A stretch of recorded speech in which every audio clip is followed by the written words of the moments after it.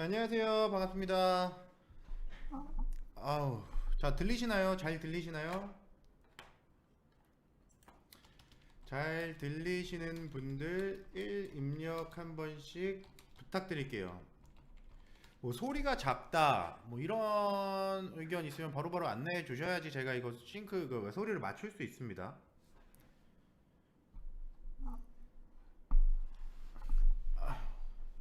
이게 환경이 바뀌니까 스트레스 받아요.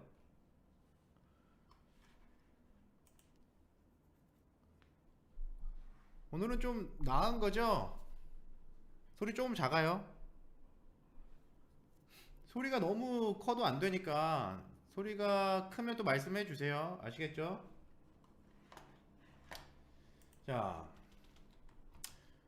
여러분들 항상 힘든 장세예요. 이거는 뭐 제가 뭐 어제보다도 작아요. 지금은 적당하면 말씀 주세요. 적당할 때. 지금 마이크 볼륨을 켜고 있는데 이게 마이크가 볼륨이 이게 맞나 싶기도 하고.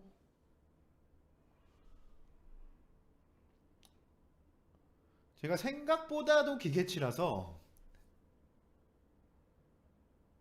아, 그래요? 됐네요. 그럼 진행하겠습니다. 자, 자, 예. 제가 얘기했지만 이 테이퍼링이라는 게 여러분들 상당히 중요해요. 마우스 어디 있어? 테이퍼링이라는 게 상당히 중요합니다. 어제 없었어요. 어제 안 했어요. 볼륨 더 높여요? 더 높였어요. 볼륨 더 높였습니다.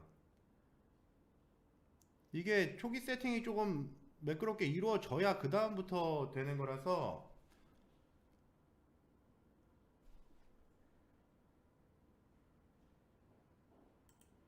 자, 어때요? 소리 볼륨 맥시멈으로 켜버렸는데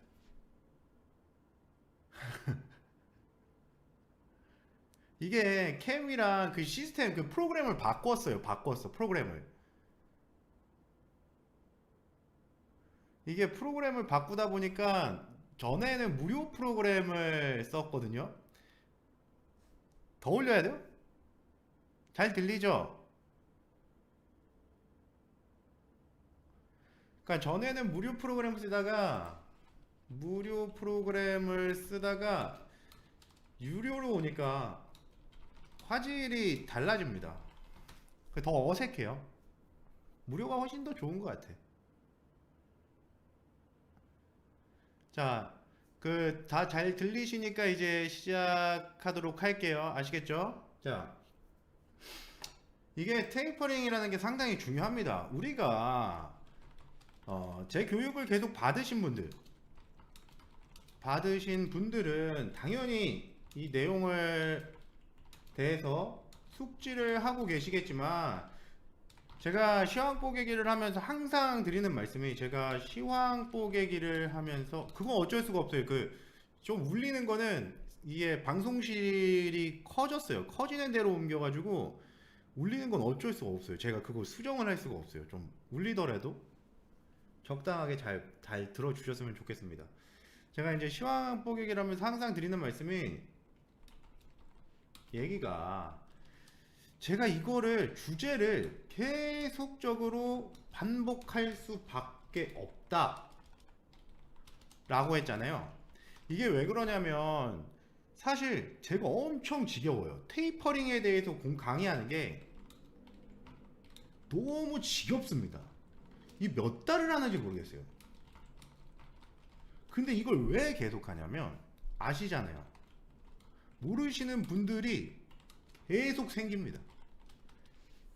이게 아시는 분들은, 그래서 제가 그러죠. 아시는 분들은 제가 아는 강의를 할 때는 졸업하셔도 된다. 이제 이 방송 안 들으셔도 된다. 이 얘기를 드려요. 그러니까 오늘도 모르시는 분들, 이거 강의를 들은 적 없으신 분들은 집중해서 들으시고, 그 이미 아시는 분들은 뭐예요? 구독, 좋아요만 눌러주시면 됩니다. 아시겠죠? 자, 이게 앞에 사설이 너무 길었고, 자, 테이퍼링이 왜 중요하냐면, 주식 시장은 여러분들 돈으로 만들어지는 시장이에요. 돈으로 만들어지는 시장이에요. 이게 무슨 말이냐? 자, 제가 또 설명을 나중에 할 거지만 시가총액이라는 거 다들 아시잖아요? 시가총액이 뭐예요? 시가총액이 주식 기업의 주식 수량 곱하기 주식 가격이죠. 이게 한 기업의 시가총액이고, 시장의 경우 이 시가총액의 기준해서 만들어집니다. 쉽게 말해서 코스피 지수하고 코스닥 지수는 전체 해당 시장에 포함된 종목군들의 기업의 주가에 따라서 움직인다, 이 소리예요. 그런데 주식 가격이라는 거는 결국 돈으로 만들어집니다. 자, 삼성전자의 시가총액이 오르려면 주식 가격이 올라야 하는 거고, 돈이 많이 유입되어야 올라가는 거죠. 당연하잖아요. 이거는 주식 가격이 올라가려면 돈이 많이 유입돼야, 좀 더 비싼 가격에 계속 사주는 사람들이 존재해야 가격이 올라가는 거예요. 문제는 시장 자체가 그렇다고요. 시장 자체가 돈으로 만들어진다. 자, 그런데 테이퍼링은 뭐예요? 돈을 회수하는 거라고요. 자, 설명을 드릴 건데, 일단 기본적으로 테이퍼링에 대한 사전적 의미 보고 가야 합니다. 이거 안 보고 갈 수가 없어요. 지겹도록 봅니다. 저는 이거를, 이 사전적 의미를 얼마나 많이 보는지.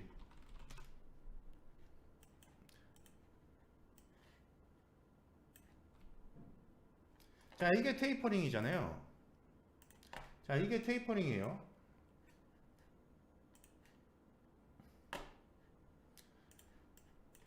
자, 여기도 보면 이게 테이퍼링인데, 이게 지금 굉장히 중요한 이슈예요. 테이퍼링이. 자, 연방준비제도, 이거 왜 이렇게 두꺼워? 뭐야 이거? 됐다.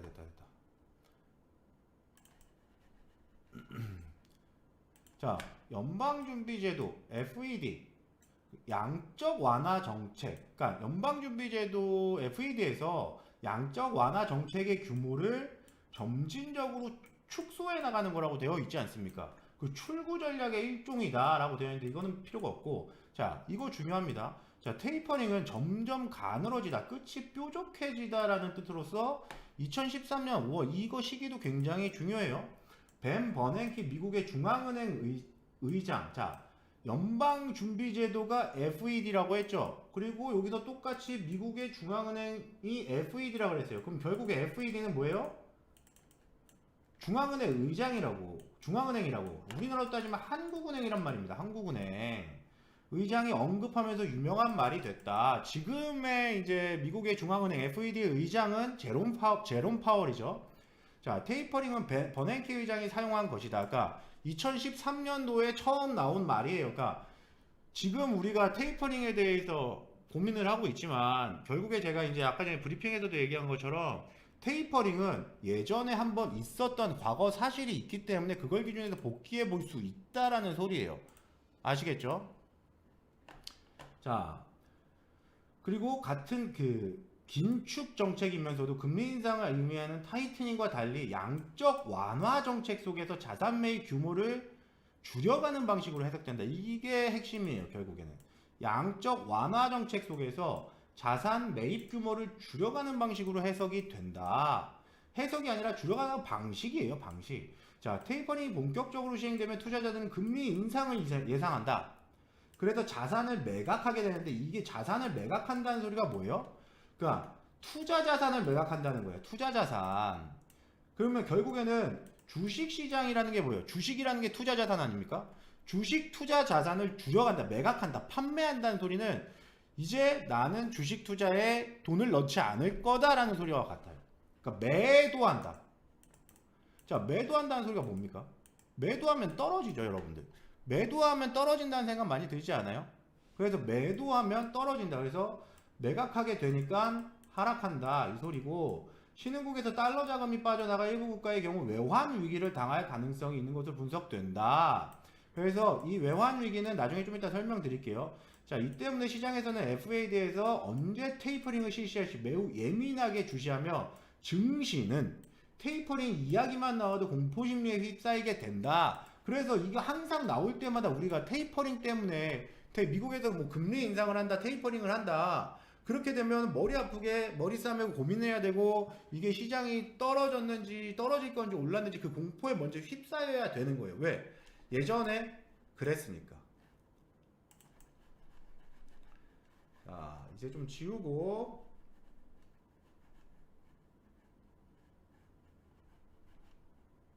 이거 한 방에 지우는 거 없나?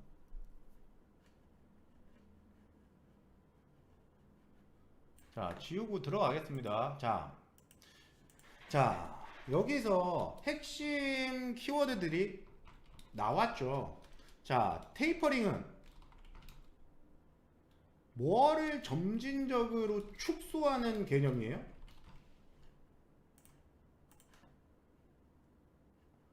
양적 완화 정책의 규모를 점진적으로 축소한다 그랬죠. 자, 그러면 테이퍼링이 되려고 하면 기본적으로 양적 완화 정책이 있어야 됩니까? 없어야 됩니까?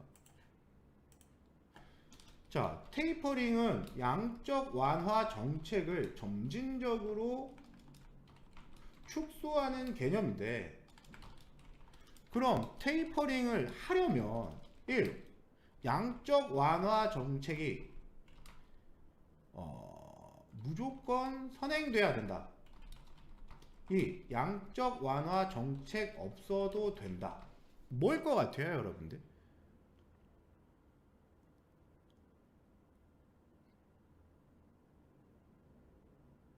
광희님, 한 5분, 10분 뒤부터 보세요.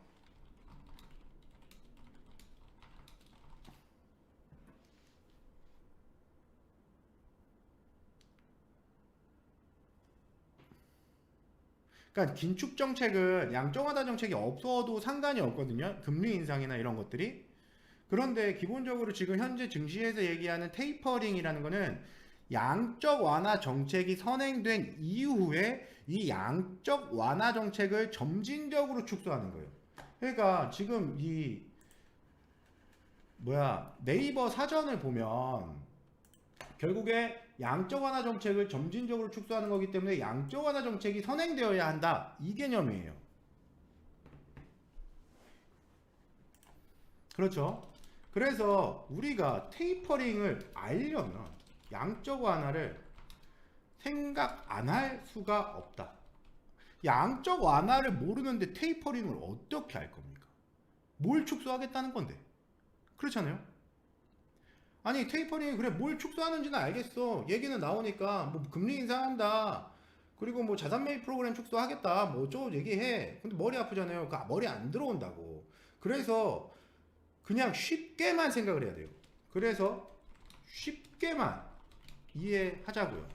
자, 양적 완화 정책은 기본적으로 경제 위기가 없으면 진행하지 않습니다.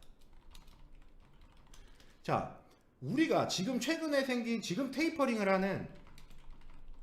하는 이유는 양적 완화 정책이 진행됐기 때문이고, 이 양적 완화 정책은 기본적으로 경제 위기가 심각한,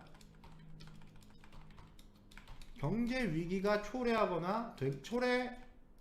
초래되거나 예상될 때 진행하겠죠. 자, 언제 양적 완화 정책을 시행했냐? 코로나 위기 때예요. 작년이 아니죠. 벌써 재작년이죠. 2020년 3월경 우리는 어떤 상황을 겪었습니까? 우리가 어떤 상황을 겪었어요? 자, 여러분들은 이게 지금 이 차트에서 보면 이게 되게 별거 아닌 것 같잖아요. 여기 이 부분이 제가 이제 노란색으로 쳐드리는 부분이 진짜 별거 아닌 것 같아요. 이게 파란색으로 쳐드리는 부분이. 근데 이때 여러분들 지금 여러분들 이게 더 커 보이죠? 이 하락장이 더 커 보이잖아. 그렇잖아요. 여기 여러분들 이거 마이너스 20%예요. 여기 마이너스 38%인가 그래요. 자, 몇 달 동안 6개월간 이만큼 빠진 거랑 급락으로 빠진 거는 차원이 다릅니다. 고통의 차원이 달라요.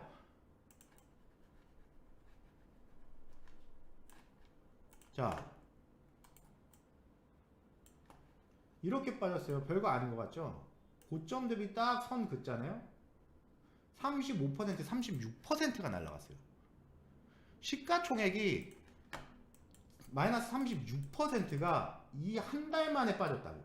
여기가 언제야? 여기가 2월 13일부터 3월 19일까지 한 달 하고 뭐 일주일 만에 36%가 날라갔습니다. 그러면서 여기서부터 계속 뭐라 했냐? 미국에서 양적 완화 정책을 시행하겠다. 그러면서 증시가 조금씩 브레이크가 걸리는데, 사실 저는 정확하게 얘기하면 3월은 코로나로 인한 하락장이 아니라 코로나 플러스 유가전쟁에 의한 하락장이라고 얘기를 해요. 그냥 간단하게 여러분들이 이해하기 쉽게 얘기를 하기 위해서 그냥 코로나 하락장이라고 얘기를 하는 거지, 사실 저때 코로나가 생기면서 트럼프 전 대통령이 양적 완화 정책을 빠르게 시행했단 말입니다. 미국 의회에서 양적 완화 정책을 빠르게 시행하겠다고 발표를 했어요. 그럼 주식은 기대감으로 버텨주면서 올라가야 되는데, 러시아가 그때 또 개입합니다. 러시아랑 사우디가 유가 전쟁에 대한 명분을 만들면서 시장을 한 번 더 폭락시키고, 이때 유가가 마이너스까지 갑니다. 유가가 마이너스가 된다는 소리는 여러분들 뭐냐면, 내가 돈을 받고 유가를 사올 수 있는 거야. 여러분들이 기름을 넣는데 주유소 가서 기름을 넣을 때마다 돈도 줘, 이 소리예요. 물론 이게 현실화가 되진 않았고 막 시장에 이제 실질적인 실물 경제에서 이게 안 됐지만, 실질적으로 원유 선물 만기 날에 유가가 마이너스로 가버리는 바람에 아예 개작살이 난 적이 한 번 있습니다. 그러면서 이 유가에 대한 문제 때문에 폭락이 됐었고, 지금 또한 러시아가 우크라이나 전쟁 이슈로 더 쌀같이 행동하고 있어요. 근데 이건 정치적인 문제이기 때문에 우리가 아무리 잘나고 뭘 해도 맞출 수가 없습니다. 갑자기 러시아에서 푸틴이 야 나 우크라이나 때릴래, 이걸 우리가 어떻게 맞춰? 이거는 아무도 못 맞춰요. 누가 맞춰요? 푸틴 관련한 정보를 캐는 사람들만 가능합니다. 근데 이거는 외국인은 투자에 대한 부분을 어느 정도 인정하고 이게 이제 정보가 돌기 때문에 전체 코스피 시장을 조성하는 이 조성자들은 어느 정도 보는 것 같더라고요. 제가 추적을 하다 보면. 그래서 이번에도 러시아 때문에 더 지랄 같은 장이 1월 달에 열린 거다라고 보시면 돼요. 테이퍼링에 대한 부분, 금리 인상에 대한 부분, 거기다 러시아가 전쟁 이슈까지 만들면서 정치적인 글로벌 이제 불확실성, 리스크가 커지면서 현재 시장이 떨어진 건데, 이건 뭐 또 논외고 이건 지금 할 내용은 아니고, 여튼 시장이 폭락했단 말입니다. 그래서 미국에서는 심각한 경제 위기가 초래할 수 있다고 판단하고, 이에 따라서 구제하기 위해서 양적 완화 정책을 시행합니다. 뭐냐? 돈을 뿌리는. 자, 양적 완화 정책이라는 것은 그 시장에 돈을 뿌려주는 거예요. 여러분들 재난지원금 받아 보신 분들 O 입력 주세요.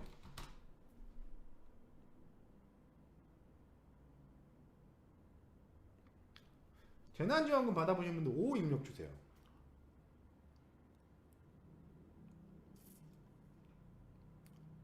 뭐 나는 못 받았어. 뭐 돈이 많고 자산이 많아도 못 받았어. 근데 옆에 있는 사람이 받는 거라도 보기 싫은 분 다 받았잖아요. 이것 또한 양적 완화 정책의 일부분이라는 거예요. 미국에서는 헬리콥터 머니 살포라고 하죠. 미국에서도 막 그 이제 힘들어진 자영업자들한테 막 100불, 200불 이렇게 지원하는 것처럼 갑자기 정부에서 돈을 뿌려줍니다. 근데 재밌는 거 이거 다 빚이에요.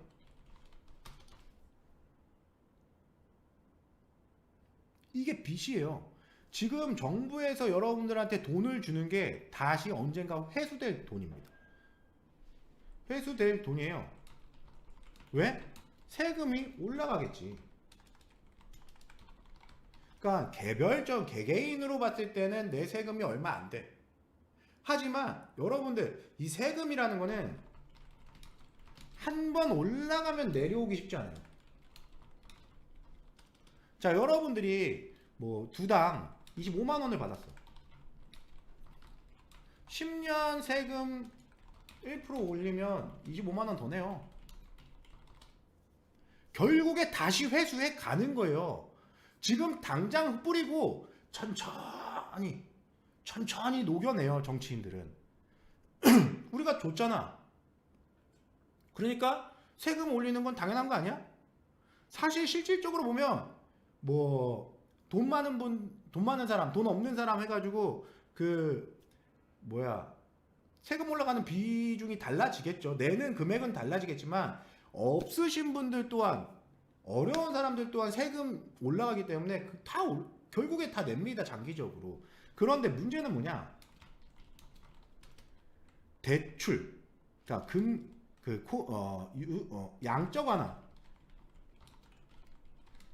양적 완화 정책을 크게 두 가지로 구분 지으면 1번이 뭐예요? 자산 매입 프로그램, 채권 매입 프로그램을 그랬죠. 2번이 뭐냐? 금리 인하예요. 자, 그러니까 돈을 뿌리는 방법이 다른 거예요. 그러니까 헬리콥터 머니로 여러분들한테 재난지원금을 이렇게 주는 것도 돈을 뿌리는 거지만 자산 매입 프로그램하고 금리 인하가 주된 방법이란 말입니다. 자, 자산 매입 프로그램은 누구한테 뿌려요? 기업한테 뿌리는 방법이고, 금리 인하는 개인한테 돈을 뿌리는 방법이에요. 이게 자, 돈을 직접적으로 주진 않습니다. 정부가 여러분들한테 돈을 직접적으로 뿌리진 않아. 단 돈을 쓸 수 있는 환경을 유하게 만들어주는 겁니다. 원래 대출이 안 됐어. 갑자기 됩니다. 신용이 안 좋아서 안 되던 대출이 돼요. 그리고 기업들도 신용이 안 좋은 기업들의 채권을 중앙은행에서 사줍니다. 즉, 어떤 식으로 돈이 뿌려지냐? 빚을 통해서 뿌려집니다. 대출에 대한 금리, 자산 매입 프로그램은 어차피 여러분들이 기업 경영을 하는 게 아니기 때문에 채권으로 얘기를 하면 머리가 아파지죠. 그래서 대출 이제 금리 인하 가지고 얘기를 할 건데, 대출에 대한 금리가 인하되면 보통 뭘 합니까? 자, 제로 금리가 됐어요. 이 제로 금리라는 거는 0% 금리가 아니고 0%대 금리예요. 0.75% 0% 제로 금리예요. 0% 제로 금리예요. 앞에가 0이면 제로금리란 말이에요. 그래서 제로금리 시대로 들어갔을 때 0%대 금리가 됐을 때 무슨 상황이 발생해요? 자, 이자가 싸니까 대출 받아볼까? 이자가 싸니까 대출 받아볼까? 혹은 자, 금리가 낮아졌어. 내가 왜 은행에 돈을 넣어놔야 되지? 라는 심리가 생기면서 은행이나 기관, 금융기관에 맡겨져 있던 금액들 혹은 대출금들이 시중에 풀립니다. 자, 그럼 이런 자금들이 어디로 가겠어요? 1. 대출해서 혹은 예금 인출해서 금고로 간다. 2. 투자할 것 같다.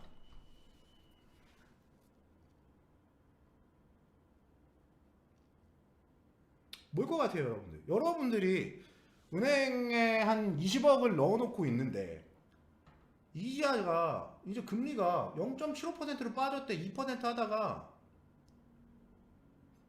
가만히 앉아도 뭐 2천만 원을 벌 수 있는데 없대 이제. 그럼 당연히 투자 자산으로 올라가죠. 그래서 양적 완화 정책이 시행되면 투자 자산에 대한 투자 수요가 증가하면서 투자 시장이 활성화되고 상승장이 나온다.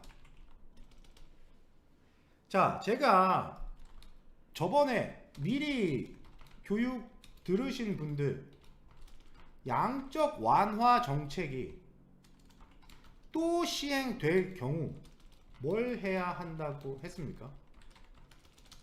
이건 주관식. 제가 양적 완화 정책이 뭐 향후 10년 안에 또 나온다. 뭘 해야 된다 그랬어요?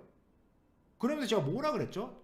수익 나시면 저한테 꼭 찾아와서 인센티브를 좀 달라고 했던 거 기억 안 나십니까? 양적 완화 정책이 시행될 경우 뭘 해야 된다 그랬어요?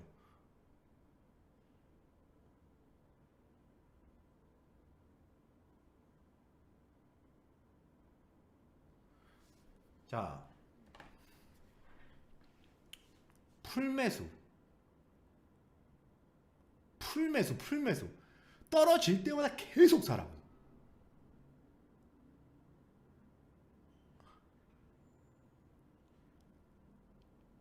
이게 양적 완화는 엄청 중요한 거예요, 여러분들. 왜? 앞으로 이제 10년, 15년 뒤에 또 경제 위기가 왔을 때 양적 완화가 시행이 되면 여러분들의 손자단이 뭐 2배에서 3배는 기본으로 갈 수 있는. 자, 보여드릴게요. 왜 그러냐고 하냐. 자, 여기서 양적 완화 시행했다니까? 여기서 양적 완화 시행했어요. 어떻게 됐습니까? 자, 양적 완화가 오려면 뭐가 와야 된다 그랬죠? 양적 완화가 오려면 경제 위기가 와야 된다 그랬어요. 이 말이 뭐예요? 양적 완화를 시행한다는 거는 이미 경제 위기가 와서 시장이 폭락한 다음이야. 보통 개인 투자자들이 항상 겁을 먹고 도망갈 때, 이때 폭락할 때 위기를 기회로 바꿀 수 있는 정책을 양적 완화라는 걸 알고 있으면 이미 폭락한 다음에 과감하게 넣어도 된다. 이 소리 아닙니까? 자, 코로나로 인한 경제 위기의 가능성이 오면서 불확실성 때문에 시장이 폭락을 했죠. 그리고 양적 완화 정책에 대한 이슈가 나오면서 반등할 거라고 보긴 했으나 러시아발 리스크가 여기서 또 터지면서 떨어졌죠. 단 그 뒤를 보세요. 이건 폭락이 아니에요. 이거는 폭락이 아니고 조정인 거예요. 이미 그러니까 제가 이제 좀 이따 테이퍼링, 그것 때문에 테이퍼링을 설명드리는 건데, 어찌됐든 여기서 폭락이 오고 이렇게 올라가는 거잖아요. 그런데 문제는 뭐냐, 그 테이퍼링 이번이 처음이 아니고 2013년도 벤 버냉키 미국의 중앙은행 의장이 만든 단어라고 했지 않습니까? 양적 완화 이후고 이젠 테이퍼링 장세인 거죠. 테이퍼, 그걸 설명해 드리려고 하는 거예요, 채미님. 자, 2013년. 자, 그러면 정리해 볼까요? 테이퍼링은 양적 완화가 있어야 해. 그런데 양적 완화는 경제 위기가 있어야 해. 그럼 2013년도 벤 버냉키 의장 무슨 일이 있었길래 테이퍼링을 했을까요? 자, 영희님 어떻게 생각을 하시면 되냐면 경제 위기가 오면 이 어려워지잖아. 그 글로벌 그 경제 자체가 다 흔들린단 말이에요. 그러면 이걸 살려야 하기 때문에 대놓고 돈을 줄 수는 없고 기업들이나 국민들이 살 수 있게끔 버틸 수 있게끔 자산 대출이나 채권을 유하게 풀어주는 거예요. 그러면 근데 이거를 양적 완화 정책이라고 하는 거고, 어차피 풀었으면 다시 회수해야 된단 말이에요. 회수의 개념이 테이퍼링인 거예요. 양적 완화 정책을 통해서 어느 정도 경제가 정상화가 되면 이제 더 이상 안 풀어도 되겠다 하는 시점에서 이 유동성, 풀린 현금을 주워 담자, 이게 테이퍼링이라고요. 아시겠죠? 자, 집값 폭락, 이민님 맞습니다. 미국의 부동산발 악재로부터 시작된 금융위기 시절이 바로 저 때예요. 자, 보시면 근데 저 때도 마찬가지로 양적 완화 정책이 있었겠죠. 왜? 테이퍼링은 양적 완화 정책이 없으면 안 되는 거니까. 저 때도 양적 완화 정책. 그러니까 결국에 어려운 위기 상황이 왔고, 그리고 나서 돈을 뿌리는 양적 완화 정책이 시행이 됐고, 그 다음에 테이퍼링을 해서 다시 회수하는 개념이 된 거지 않습니까?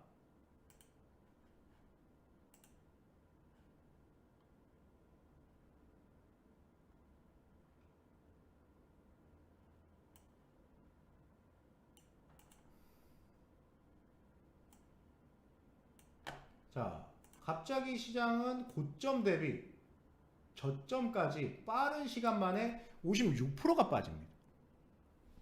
그리고 나서 여기서 양적 완화 정책이나 이런 것들이 시행이 됐겠죠. 어느 정도 빠지면서. 그 다음에 어떻게 됐어요? 반등했습니까? 안 했습니까? 반등을 했습니까? 안 했습니까?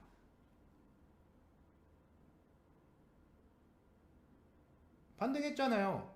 그러면 결국에 이때나 이때쯤 양적 완화 정책 얘기가 나왔겠죠.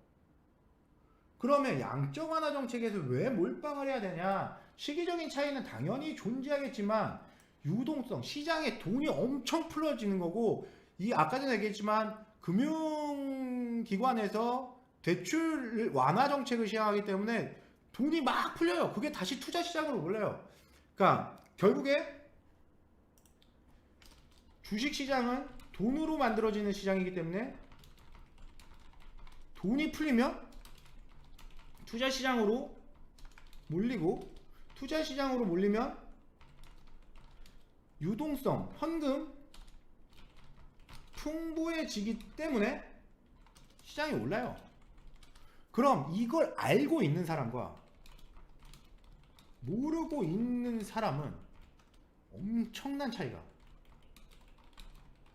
그래서 제가 저번에도 얘기했지만 양적 완화 정책은 여러분들 머릿속에서 잊으면 안 돼요.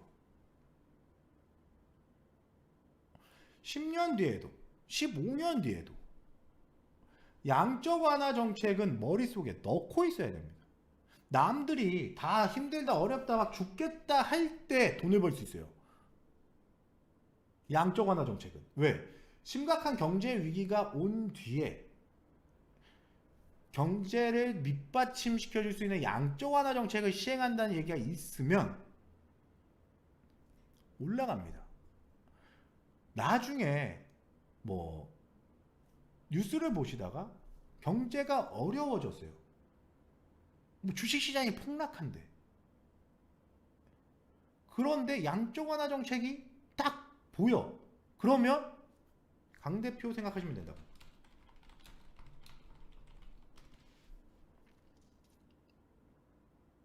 지금은 테이퍼링이죠. 아시겠죠? 그래서 양적 완화 정책이 되면 돈이 풀리고 시장을 올려놓습니다. 그런데 오늘 강의 주제는 뭡니까? 1. 테이퍼링, 2. 양적 완화. 제가 오늘 뭘 가르쳐 드리기 위해서 뭐 때문에 지금 시장에 대한 축소가 이루어지고 있다고 얘기를 하는 거죠?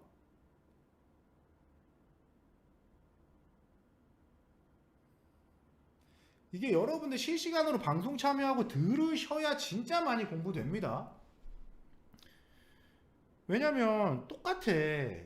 제가 이거를 몇 번을 강의하는 건데 아직도 모르시는 분들이 많아요. 제가 이거 수도 없이 중요하다 얘기를 했잖아요. 양적 완화 특히. 그렇죠? 자, 오늘 테이퍼링을 배우는 시기예요. 자,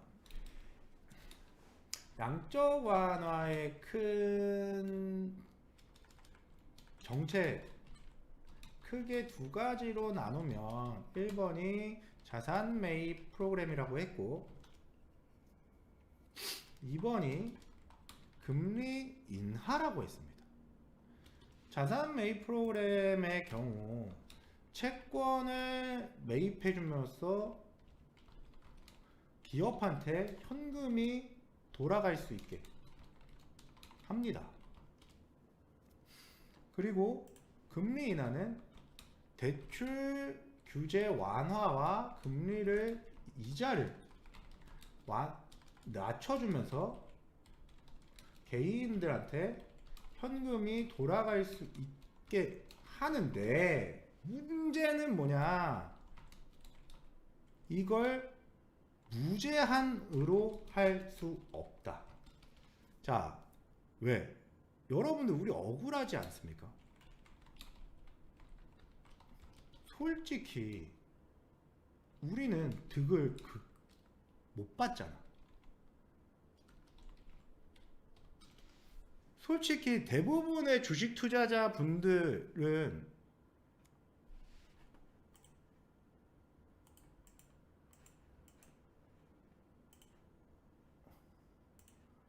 여기서 샀어. 대부분의 주식 투자자분들은 여기나 여기에서 샀어요. 맞아요, 광수님. 저는 제가 매번 방송에서 얘기하지만 저는 지금 집 사면 바보라고 얘기를 해요. 왜? 테이퍼링 시작이 되면서 자산 축소가 되면 주식 시장만 축소가 되는 게 아니에요. 부동산 시장도 축소가 돼요. 왜? 그 유동성 장세가 부동산 시장도 올려놨기 때문에 부동산 시장에도 충분히 유동성에 의한 양적 완화 정책에 의한 거품이 껴있는 상태다. 그래서 고점 대비해서 10에서 최소 20%까지는 빠져야 구매가 가능하다라고 보는 사람 중에 하나예요. 물론 전 부동산 전문가는 아닙니다. 부동산에 대해서 쥐뿔도 몰라요. 근데 여기서 사고 여기서 산 사람들이 대다수란 말입니다. 그렇잖아요? 그래서 우리는 득을 못 봤어. 그런데 이제 테이퍼링 한대. 축소한대. 난 대출한 지도 얼마 안 되는데. 그래서 대부분의 개인 투자자들은 억울해요. 그런데 만약에 또 양적 완화 정책이 오면 여러분들은 안 억울하겠죠? 왜? 이제 알잖아. 이제 알지 않습니까? 그죠? 그러나 우리가 양적 완화 정책이 온다는 것은 심각한 경제 위기를 초래하는 거기 때문에 이거를 기다릴 수는 없어요. 그리고 10년 대위기라고 10년 안에 잘 안 옵니다. 주식시장은 10년에서 13년 사이에 항상 대위기를 보여줬죠. IMF, 금융위기, 코로나. 이게 딱 거의 12에서 13년 주기예요. 11에서 12년 주기인가 그래요. 그러니까 앞으로 대충 예상을 하자고 하면 2022년 2032년 정도 가능하겠죠. 앞으로 9년에서 10년은 최소 남았어요. 그러니까 이 사이클에 돈다고 하면, 그쵸? 이제 테이퍼링이에요. 우리한테 중요한 건 테이퍼링이에요. 그래서 테이퍼링을 배워야 되는 거예요. 자, 금리 인하하고 대출을 무제한으로 할 수가 없는 이유가 뭐냐면, 자, 수요와 아니에요. 혼나옴님, 그런 얘기를 하려면 제가 이 방송을 안 하죠. 자, 수요와 공급을 기준하여 보자고 하면, 자, 양적 완화 정책은 뭘 뿌리는 거예요? 돈을 뿌리는 거죠. 자, 돈을 뿌리는 거지 않습니까?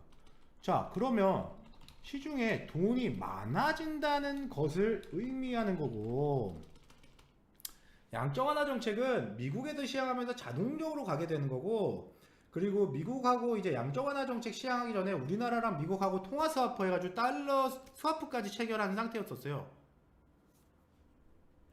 자, 테이퍼링이 오면 매수하면 안 되죠. 양적 완화 정책이 오면 매수를 해야 되는 거고, 테이퍼링이 오면 팔아야 되는 거고. 채민님, 양적 완화만 기억해요. 양적 완화. 테이퍼링은 기억 안 해도 돼. 경제가 많이 좋아졌다는 게 맞죠, 순돌맘님. 그러니까 주식은 여러분들 예측이란 말입니다. 맞아요. 금리가 낮은 것도 양적 완화예요. 그게 다 정책이에요. 그러니까 주식은 예측이고 6개월, 3개월 선반영되는 지수예요. 여러분들이 언론을 보고 사면 항상 늦는 것이 그거야.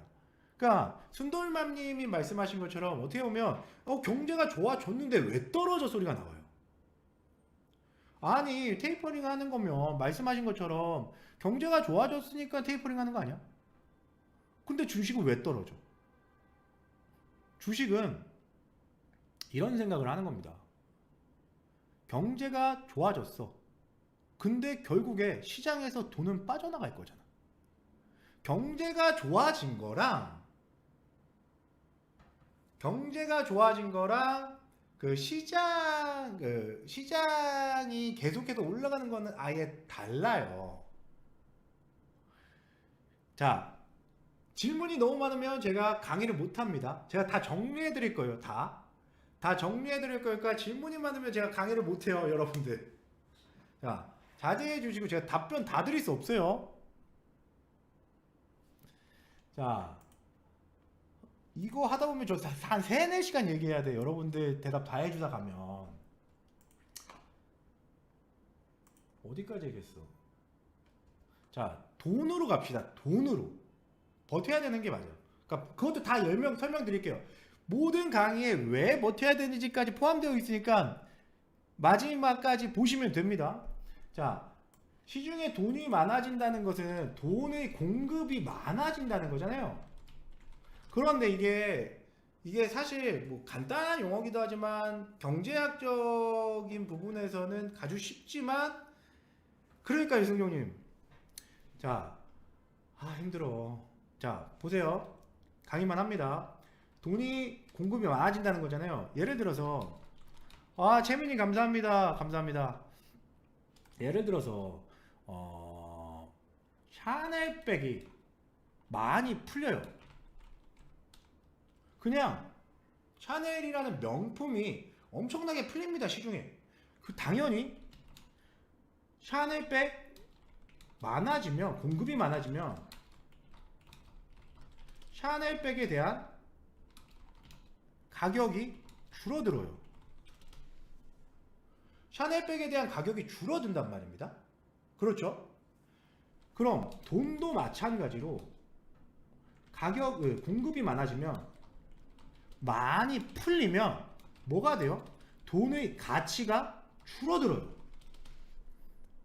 그러니까 이게 여러분들이 돈에 대해서, 화폐에 대해서 그냥 이거구나, 그냥 1,000원이구나, 2,000원이구나, 3,000원이구나, 뭐 1달러구나, 2달러구나 이렇게만 받아들여서 그런데, 돈의 가치가 준다는 거는 뭐냐면,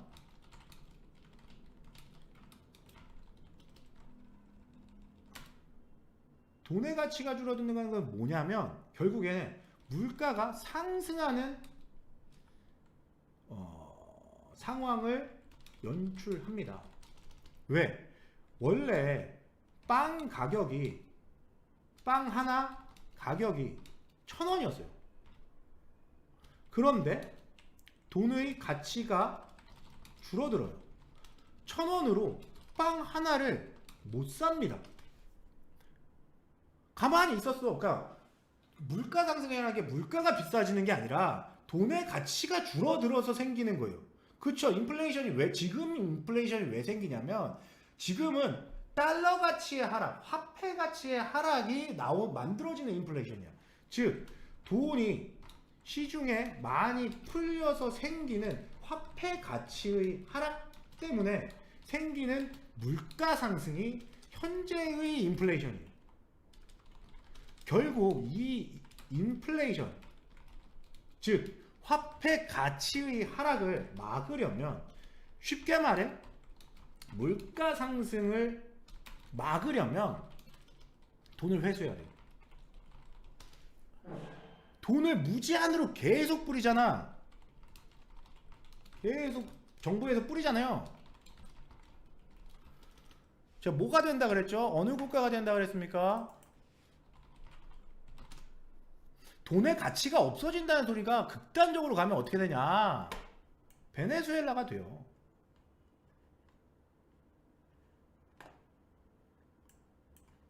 베네수엘라 맞나?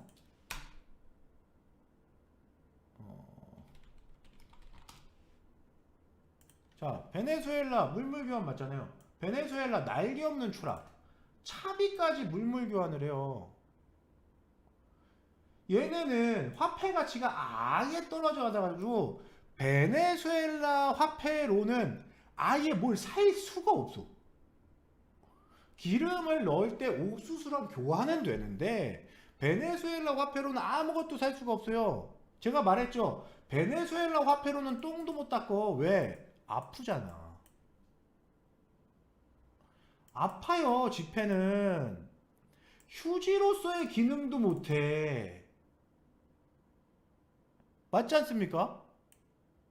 그래서 얘네가 계속해서 화폐 개혁을 합니다.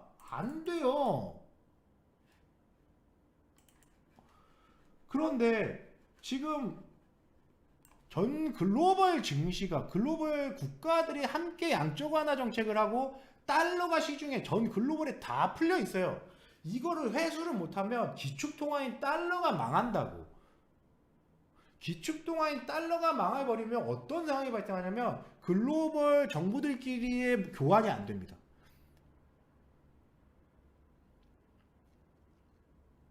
그래서 테이퍼링에 대한 달러 자금, 돈, 화폐 회수는 무조건 필수적이에요. 테이퍼링은 안 하면 망해. 사실 제가 말했잖아요. 주식을 하는 입장에서 굉장히 억울합니다. 너무 억울해. 왜? 난 이제 들어왔는데. 테이퍼링 한대. 금리 인상한대. 솔직히 말해서 난 여러분들 이게 악재인지도 몰랐잖아. 이게 악재인지도 모르는데 시장은 맨날 떨어져. 맨날 떨어져. 그래서 막 이 왜 떨어지죠? 내 종목 왜 떨어집니까? 시장이 안 좋아서요. 그 시장은 왜 안 좋아요? 테이퍼링이라서요. 그럼 테이퍼링이 뭔데요? 그러면 이거 왜 떨어져요? 금리 인상하니까요. 그럼 금리 인상하면 왜 떨어지는데요? 이게 무한반복 나오는 거예요. 무한반복. 근데 제가 항상 누차 얘기하죠. 알고 맞는 것과 모르고 맞는 것은 천지 차이예요. 자, 이번 하락장 알고 맞고 모르고 맞는 거 천지 차이라는 거 여러분들 경험하셨죠? 이게 멘탈 자체가 달라져요. 주식을 하다 보면 파란불 당연히 나올 수 있습니다. 오늘과 최근과 같은 어려운 시장 하루 이틀 만나실 거 아니에요. 물론 뭐 리딩 하시는 분들 전문가분들이 더 현명하게 투자 전략을 짜주고 미리미리 예측을 해서 해야 되겠지만 제가 말했죠. 러시아 정치적 이슈는 예측도 안 됩니다. 그리고 테이퍼링 이슈는 솔직히 말해서 예전부터 있었던 이슈야. 언제 떨어질지, 언제 시장 조성자인 외국인 투자자들, 외국인 증권자들, 우리나라 시장과 글로벌 증시를 만들어내는 조성자들이 언제 이걸 명분을 악재로 활용해서 직각으로 내려올지 아무도 몰라요. 물론 이거를 예측하고 미리 움직이고 미리 조심을 하면 가장 좋은데 쉽지 않다는 거는 여러분들도 인정해 주셔야 되는 거고 양해해 주셔야 되는 거예요. 단 그렇다고 해서 밑에서 포기하는 사람과 버티면서 다음 환경을 조성하는 사람은 완전 달라집니다. 자, 제가 오늘 링크를 몇백 명한테 뿌렸을 것 같아요. 1000명 이상한테 뿌렸어요. 근데 이 방에 300명 들어와 있죠. 290명 정도 들어와 있단 말입니다. 제가 누차 얘기하면 1000명 중에 700명은 이미 나가리야. 내가 어떻게 할 거야? 선반영 되는 게 맞죠. 왜냐면 우리나라는 금리 인상까지 먼저 했잖아. 외환 위기에 대한 문제도, 외환 문제에 대한 것도 미리 반영해서 금리 인상을 해서 테이퍼링을 미리 시작했기 때문에 사실 우리나라는 어떻게 보면 글로벌 증시보다 강해야 돼요. 근데 그것 또한 외국인이 결정할 내용이라고 봐요. 왜? 어차피 투자자들이 매수를 안 넣어주면 여러분들 못 올라갑니다. 시장을 조성하는 외국인 투자자하고 기관 투자자가 안 사주면 답이 없어요. 다 맞는 말이지. 뭐 동규님 말씀이나 홈님 말씀이나 전부 다 맞는 말씀이에요. 선반영 됐다고 볼 수 있는 내용이지. 근데 결국에는 결과잖아. 이게 억울한 게 아무리 분석해도 결과로밖에 말을 못하니까 짜증이 나는 거예요. 자, 그렇죠. 일단 또 옆으로 샜어. 또 옆으로 샜어. 자, 테이퍼링 교육을 못 하고 있습니다. 자, 돈을 회수해야 되는 거고, 그러니까 결국에 물가 상승을 막으려면 돈을 회수해야 돼요. 지금의 인플레이션, 지금 이제 언론에서 얘기하는 인플레이션이랑 이런 부분들이 금리 인하랑 자산 매입 프로그램 등등의 양적 완화 정책으로 시중에 돈이 많이 풀렸기 때문에 돈의 가치가 하락해서 생기는 물가 상승이라는 거예요. 여러분들은 못 느끼죠? 물가가 이렇게 점진적으로 올라가니까 체감은 잘 안 돼요. 특히나 남성분들은 물가 상승에 대해서 더 체감 못할 겁니다. 왜? 우리야 뭐 소주값 오르는 거나 민감하지. 아니 왜 소주가 3,000원에서 4,000원이 됐어? 왜?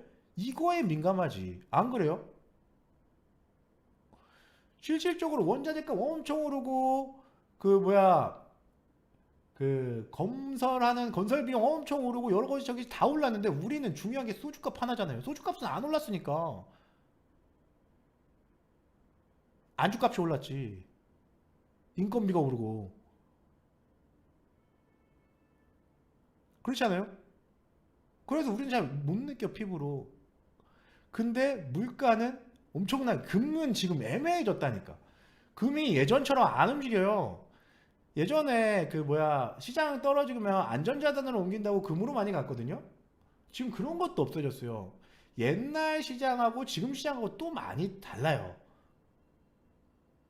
그러니까 계속해서 체킹을 해야 됩니다. 자, 다시 이제 시작합니다. 자, 돈을 회수해야 됩니다. 몇 번 얘기하는 거야? 돈을 회수해야 되고 회수하는 방식이 금리 인상과 자산 매입 프로그램 중지예요.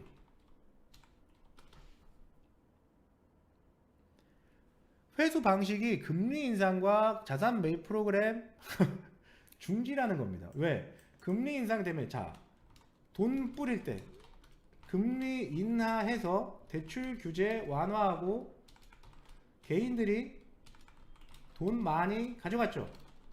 이제 금리 인상한대. 대출 규제 강화한대. 대출도 안 돼. 그리고 돈은 이자로 다시 걷어간대. 자, 제가 말했죠. 맨 처음에 양적 완화 정책은 결국 빚이라고. 뭐라 그랬어요, 제가? 여러분들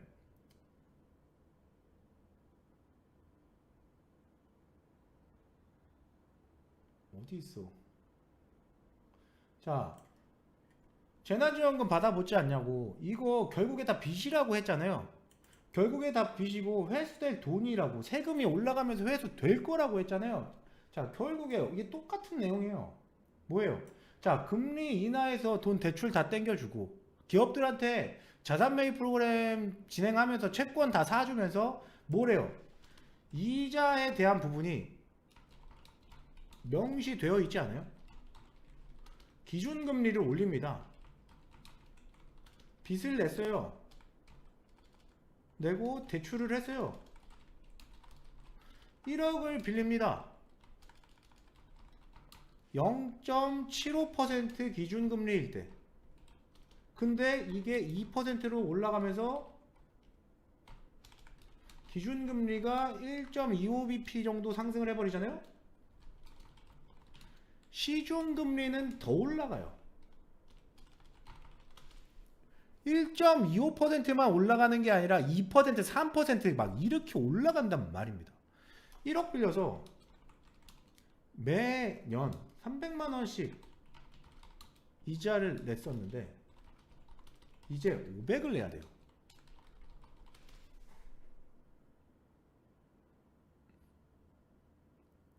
무슨 말인지 알겠죠? 그러면 이게 어디로 흘러갑니까? 이 이자는 은행에 들어갑니다. 그럼 결국 세금이라고. 정부는 은행 수익에 대한 세금을 받아먹을 수가 있다. 자, 정부에서는 돈을 주지 않았어요. 여러분들이 빚을 낼 수 있고 기업들이 버틸 수 있는 돈을 빌려갈 수 있는 환경을 조성해 준 겁니다. 그리고 나서 이제 기준금리 올리면 돈은 누가 봅니까? 금융기관과 정부가 봅니다. 이렇게 되는 거예요. 그리고 미국이 왜 대단하냐? 달러의 힘이 왜 대단하냐? 이걸 국가 상대로 하는 놈들이 미국이에요. 자, 미국이 그러는 겁니다. 미국이 나 이제 양적 완화 정책 시행할 거야. 양적 완화 정책 시행하려면 너네 달러 다 필요해. 양적 완화는 돈을 뿌려야 되기 때문에 총알 가지고 있어야 되겠죠. 그래서 글로벌 정부들이 양적 완화 정책을 시행하려면 달러를 먼저 쟁여놔야 돼요. 그러니까 여기 아까 전에 뭐라 그랬어요? 테이퍼링의 얘기를 할 때 테이퍼링이라는 거를 우리가 사전적 의미를 봤을 때 있잖아요. 테이퍼링에 대한 사전적 의미를 볼 때 여기서 제가 중요하다고 했던 게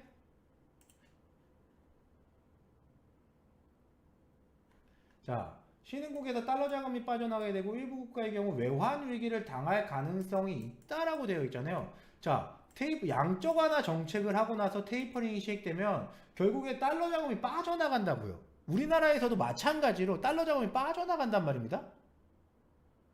그러면 결국에 외환 위기가 뭐예요? 외환이 국가에 없으면, 미국의 달러가 국가에 없으면 당하는 게 외환 위기예요. 달러를 빌려와야 된다고. 자, 우리나라 외환 위기를 다른 말로 뭐라고 합니까?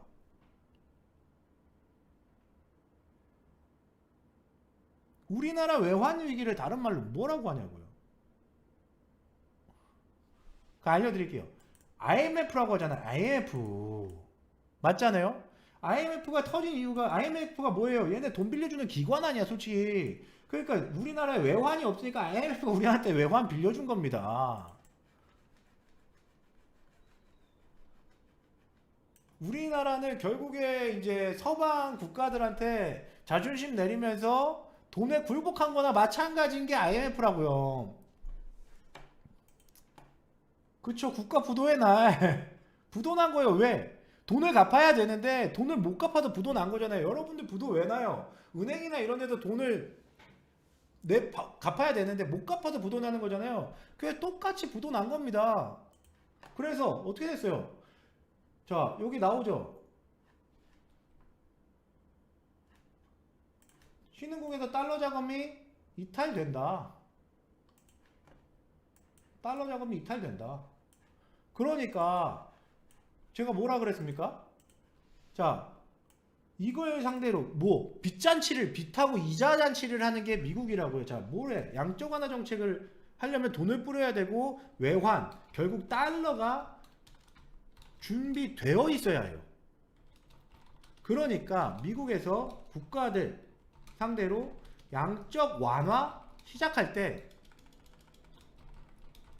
통화 스와프를 합니다. 통화 스와프를 해요. 야, 한국아 일로 와봐봐. 야, 나 양적 완화 할 건데 너네 동의하니? 뭐 니네가 동의하든 말든 상관없는데 너네 돈 필요하니? 달러 필요하냐? 야, 외환 보유액이 얼마나 있는 거야? 야, 알겠어. 내가 일단 좀 빌려줄게. 나 이거 할 거니까 너네 뭐 큰일 안 날라면 내가 돈 빌려줄게. 돈을 빌립니다. 공짜겠어요? 달러를 갑자기 미국이 빌려줘요. 공짜겠냐고. 이자 받겠죠. 아니면 이 돈 안 받으면 다른 걸로 받겠죠. 정치적인 부분이나 뭔가 이런 데서 뭔가라도 자기한테 유리한 걸 받아갈 거 아닙니까? 그렇죠.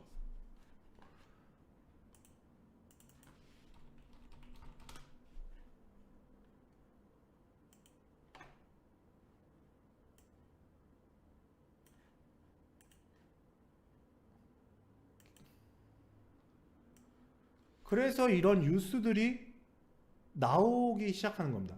제가 봤을 때 우리나라는 미리 금리 인상을 해놨기 때문에 걱정할 정도는 아닐 거예요. 그래서 우리나라 증시가 통화 때문에 외환 위기가 올 거라는 가능성은 거의 없다라고 보시면 됩니다. 자, 문제는 왜 미국이 대단하고 달러가 엄청난 파워를 가지고 있으며 제가 왜 비트코인을 화폐로 인정하지 않는지, 인정하지 않는 건 아닌데 비트코인이 달러를 이길 수 없다라고 보는 가장 주된 사유가 뭐냐면 미국이 달러를 달러를 가지고 만드는 파워가 엄청나기 때문입니다. 왜? 솔직히 미국은 달러 유일하게 종이로 찍어낼 수 있는 국가예요. 이게 무슨 말이냐? 우리나라에서 달러를 찍으면 뭐예요? 위패죠. 위조지폐잖아. 안 그래요? 갑자기 우리나라에서 달러를 그냥 막 찍어내면 이거 불법이잖아요. 위조지폐예요. 근데 미국에서는 뭐 얼마 필요한데? 한 200조 필요합니다. 찍어. 또 얼마 필요한데? 5천조 필요합니다. 찍어. 이게 되는 유일한 국가예요. 근데 이렇게 찍어낸 달러가 전 세계에 통용이 되는 국가입니다.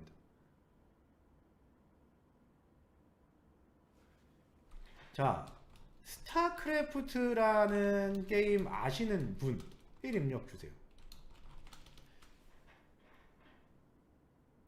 이거는 뭐 나이 드신 분들은 모를 수도 있는데 한 40대, 50대 분들까지도 많이 아실 수 있는 내용이잖아요. 무슨 말이냐? 미네랄 아시죠?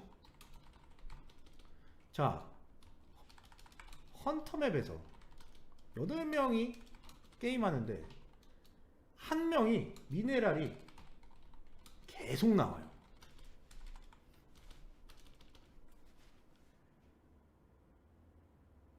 돈을 계속 캘 수 있다고. 한 명만 무제한이야. 7명은 돈이 없어. 한 명만 계속 해. 부족하면 다 떨어지면 또 만들어. 그 파란색 그 미네랄이 다 떨어지면 다시 생성돼. 다시 생성돼. 돈 없어? 다시 생성. 이런 경기를 하는 게 지금 달러 기축통화에 의한 글로벌 정부들의 상황이에요. 그러니까 발전할 수 있겠죠. 제가 이제 가상화폐를 인정 안 하는 건 현재 기준에서예요. 현재 기준에서는 어렵다라고 보는 거고, 가상화폐는 다른 이제 메타버스 시장, 가상세계에서 충분히 많이 활용될 수 있을 거라고 봅니다.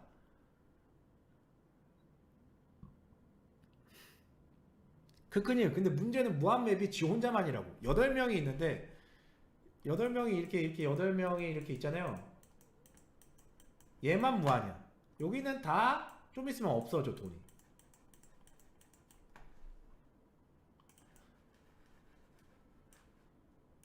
그래서 미국이 엄청나게 유리한 게임을 하는 거고, 테이퍼링이 되면 미국은 버티는 겁니다. 돈을 벌어요. 자, 지금 중국이 지준율 인하하고 금리 인하를 또 했어요. 이게 뭐냐면 지급준비율 인하, 지급준비율 인하, 지급준비율 인하. 이게 대출규제 완화나 마찬가지예요. 결국에 지금 이제 최근에 다른 국가들, 우리나라 금리 인상하고 또 미국 금리 인상 3월 예정되어 있고, 앞으로 많은 국가들이 미국이 금리 인상을 하면 달러 회수 때문이라도 무조건 금리 인상을 따라붙을 수밖에 없음에도 불구하고 중국은 지준율 인하와 금리 인하를 추가적으로 했습니다. 이거는 뭐냐면 중국이 미국의 달러 자산 엄청나게 보유하고 있기 때문에 가능한 거예요. 자, 우리가 2018년도에 트럼프 전 미국 대통령 재임 시절에 미중 무역 전쟁을 했었잖아요. 그때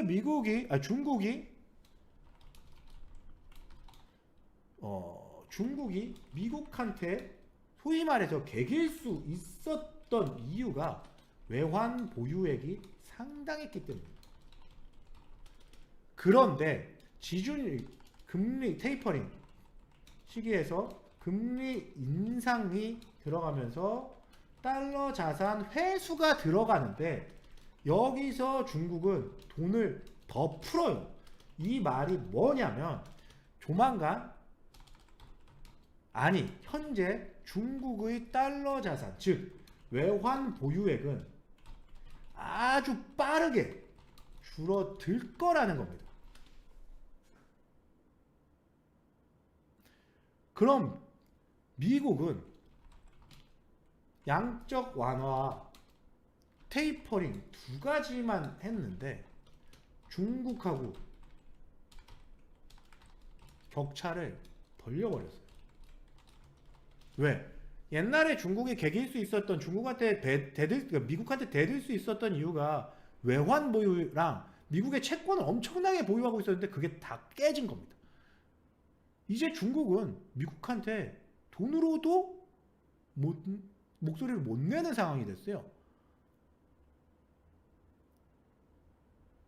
이게 팩트가 돼버렸습니다.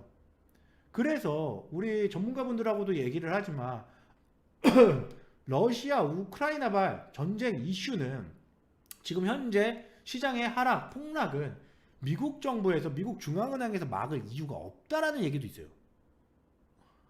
물론 우리나라 시장이라는 거는 여러분들 점진적으로 반등을 하게 될 건데 지금 현재 우크라이나발 악재를 미국에서 막을 이유가 없다라고 하는 게 이 인플레이션에 대한 그러니까 시장 자산이 축소가 되면 어찌든 자동적으로 달러 자산에 대한 회수 삭제가 들어가는 거기 때문에 어려울 거예요. 이해하기 어려울 건데 어찌됐든 그렇게 되면 중국하고의 격차 벌릴 수 있고 그리고 달러 축소가 되면서 물가 달러가 회수가 되는 상황이 발생하거든요. 그러면 결국에는 시중에 풀린 달러가 삭제가 되어 있기 때문에 물가 상승률에 대한 인플레이션에 대한 부담감이 줄어요. 그리고 대내외적인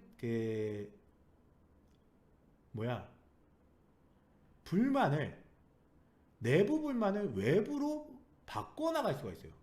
바이든 정부가 지금 현재 지지율이 별로 안 좋아요. 근데 이 바이든 지지율이 안 좋은 거를 푸틴하고 연결하면서 미국 정치인들은 득을 볼 수 있는 상황이라고 보는 거고 그리고 여기에다가 푸틴 같은 경우는 뭐 다른 데서 득을 보겠죠. 여러 가지 말들이 있는데 천연가스나 이런 부분에서 득을 본다는 얘기도 있고 여러 가지가 있는데 어찌됐든 우크라이나 관련해서는 나중에 또 한번 설명을 하는 걸로 하겠습니다. 아시겠죠? 자 어찌됐든 간 와 오늘은 여러분들 이제 사람이 많아지니까 질문이 끝이 없어가지고 겁나 힘드네. 100명 막 이럴 때는 우리 같이 질문 몇 개 안 올라오니까 그러려니 하고 했는데 이게 보시는 분들이 많아지니까 와 힘드네요.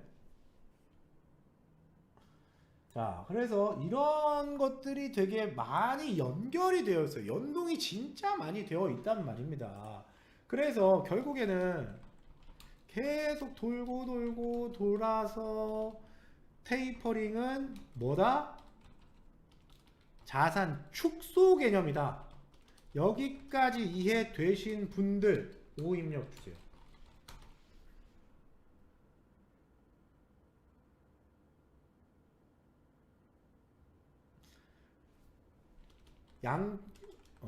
경제 1번이 경제 위기가 온다. 2번이 양적 완화로 돈이 풀린다. 3번이 테이퍼링으로 돈을 다시 회수한다. 여기까지 이해가 되셨죠? 자 3분 쉬고 저 화장실 좀 갔다가 다녀와서 35분부터 시장 가지고 얘기할 겁니다.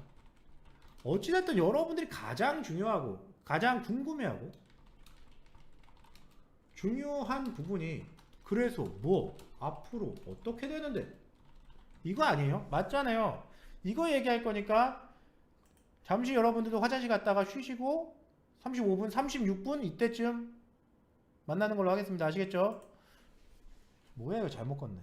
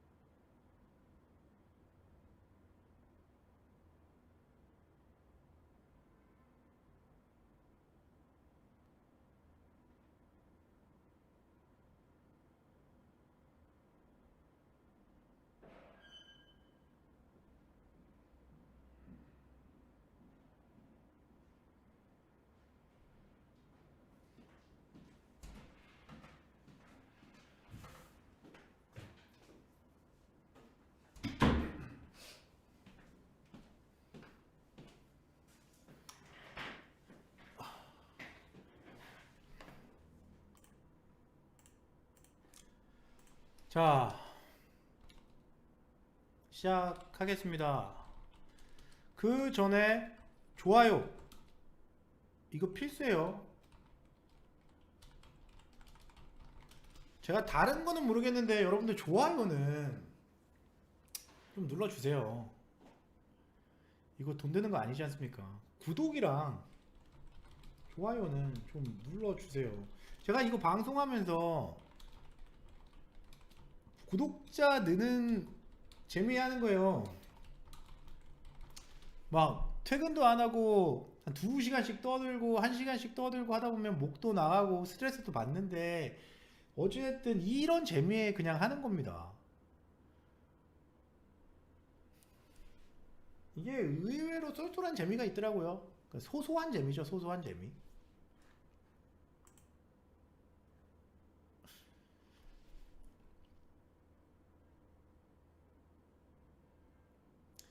시장은 광수님 이미 하락하고 있는 거예요. 시장이 먼저 반영된 거고 부동산 시장은 매물이 잠겼잖아요. 매물이 잠겼다는 거는 꼭지가 형성됐다는 거라고 보거든요, 저는.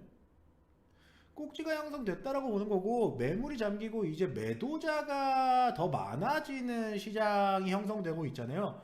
그럼 결국에는 심리적인 부분에서 아직 움직이지 않았다 뿐이지 결국에는 너도 나도 먼저 매도하려는 사람들이 생기게 됩니다. 부동산에도. 그러면 결국 심리상 매수자가 적은 상황에서 매도자가 많아지면 부동산 가격은 무조건 하락합니다. 라고 보는 게 제 관점이에요. 시장은 이미 주식시장은 반영된 거고 되고 있는 거고 부동산 시장은 느린 거죠. 왜? 부동산 시장은 떨어지면 몇 천, 몇 억씩 떨어지잖아. 고점에서 산 사람들이 안 팔고 싶겠죠? 거기다가 양도세까지 늘려놨잖아요. 팔면 세금도 나가지 않나요? 부동산 잘 모르겠네. 그럼 세금 포함해서 얻는 것도 없이 나가야 되는 상황들이 엄청나게 많아져 있어요. 못 팝니다, 이제.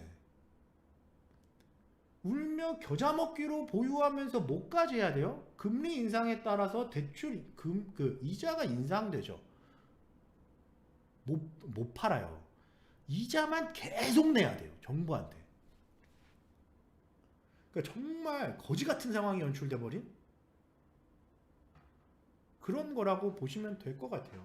그러니까 재미는 누가 봤어요? 양적 완화 듣자마자 매수한 사람들만 재미 봤어요. 그거는 제가 선물방에서 별도로 답변 드릴게요. 여기는 주식 방송이라서 그거 얘기하면 답이 없어요.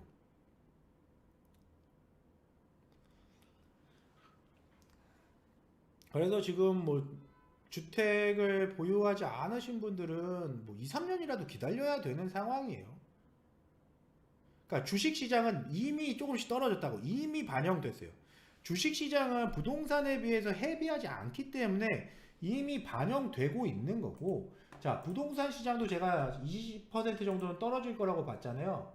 제가 2600포인트를 얘기한 이유도 딱 20% 구간대예요. 20% 구간대. 고점 대비 20% 구간대라서 제가 가능성을 열어두고 이 정도까지 충분히 하락할 수 있다라고 얘기를 해왔던 거란 말이에요. 그런데 지금부터는 제가 그 얘기를 드릴 거예요. 자, 앞으로의 시장은 어떻게 될 것인가? 증권사에서는 2500포인트까지도 예측을 합니다. 자, 근데 여러분들 증권사 얘기를 너무 믿지 마세요. 그러니까 어떻게 보면 증권사에 계시는 분들이 제 방송을 듣고 계시면 미친놈인 줄 알겠지. 왜? 쥐뿔도 없는 놈이 증권사 얘기 믿지 말래. 더 대단하고 더 똑똑하고 더 지식이 많은 정보가 많은 곳에서 찍어준 예측 자료를 믿지 말라는 소리를 하는 것과 마찬가지니까요. 자, 그런데 제가 항상 느끼는 거지만 증권사 목표가가 맞는 적이 얼마나 있습니까? 증권사에서 삼성전자 10만원 간다 해도 맞는 적 있습니까? 없어요. 그리고 2500포인트는 당연히 예측 가능한 구간이 여기 떨어질 수 있는 구간입니다. 왜? 근데 문제는 뭐예요? 제가 왜 이거를 신경 쓸 필요 없다라고 얘기를 하냐면 여러분들 산술적인 부분에서 많이 가까워져야 되는 게 자, 최저점 여기에요. 2500포인트까지 3.4%예요. 자, 여러분들이 여기까지 견뎠다고. 여러분들이 여기까지 견딘 거예요. 근데 저한테 물어보시는 분들이 2500포인트가 되면 어떡하죠? 뭘 어떡합니까? 이미 다 경험했고 3.5%만 더 빠지면 끝나는 시장 아닙니까? 증권사에서 예측해서 2500포인트가 최저점 2450포인트까지 내려간다라고 하면 해봤자 3에서 5%밖에 더 안 떨어져요. 최저점에서. 여러분들이 버틴 저점에서 얼마 안 떨어집니다. 그리고 제가 뭐라 그랬어요? 항상 하는 얘기지만 주식시장은 뭐로 만들어진다?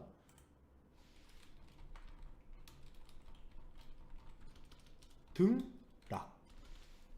오르면 언젠간 떨어지고 떨어지면 언젠가 올라요.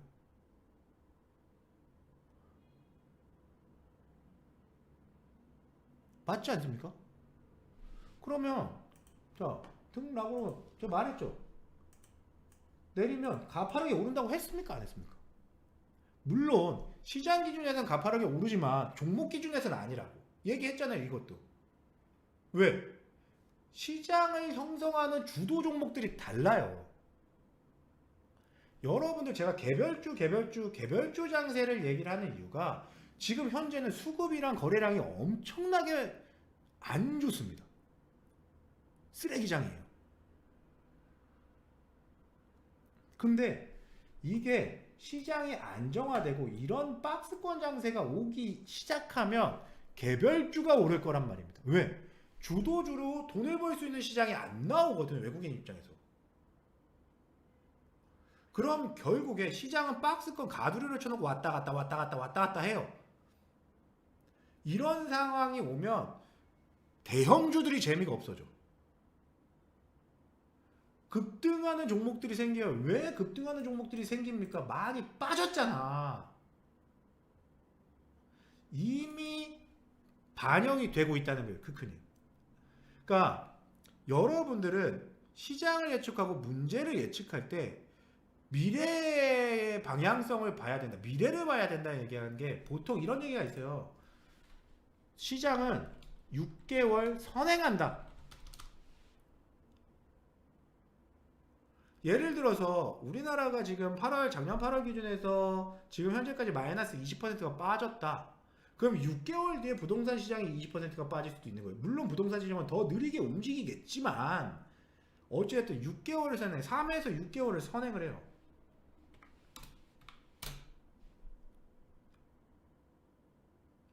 그러면 우리는 앞으로 3에서 6개월 뒤의 내용을 봐야 되는 거고 지금 3에서 6개월이면 대략 봤을 때 테이퍼링에 대한 금리 인상 이 부분이 어느 정도 그건 이제 테마주로 가는 거죠. 테마주로. 전체적인 개별주 장세가 아니라 그 쏠림 현상이 있는 테마주 장세예요. 아예 주식시장이 폭락하더라도 오르는 종목은 있어요. 상한가 가는 놈도 있습니다. 하루에 주식 그 코스피 시장이 마이너스 5%로 빠져도 가는 놈은 있어요. 근데 확률적으로 1%도 안 돼요. 그걸 찾아서 베팅을 할 수는 없잖아요. 그걸 찾아서 투자할 수는 없어요. 거기서도 또 내 매수 가격에 대비해서 내 가격이 어느 것이냐에 따라서 오르고 말고의 퍼센티지가 또 확률이 또 정해지지 않습니까? 오를 확률이 0.5%가 안 되는데 거기서 또 내 매수가 대비 오르냐 마냐에 대한 기준으로 봤을 때 또 확률이 나뉘고 내가 3%를 못 먹을 확률도 존재해요. 그러면 결국 확률적으로 봤을 때 폭락장에서 상승 종목을 캐치해서 먹을 수 있는 확률은 실질적으로 상당히 너무 적다. 희망 고문이 될 가능성이 굉장히 높기 때문에 버티면서 앞으로의 방향성을 보고 투자 전략을 다시 바꾸고 이 기회를 통해 시장이라는 걸 배우고 그리고 나서 한층 더 선장하는 계기로 만드는 게 100번 낫다라고 보는 게 제 입장이에요. 이게 투자 시장이에요, 여러분들. 아시겠습니까? 자, 또 말이 길어졌어. 집에 못 가겠네 오늘.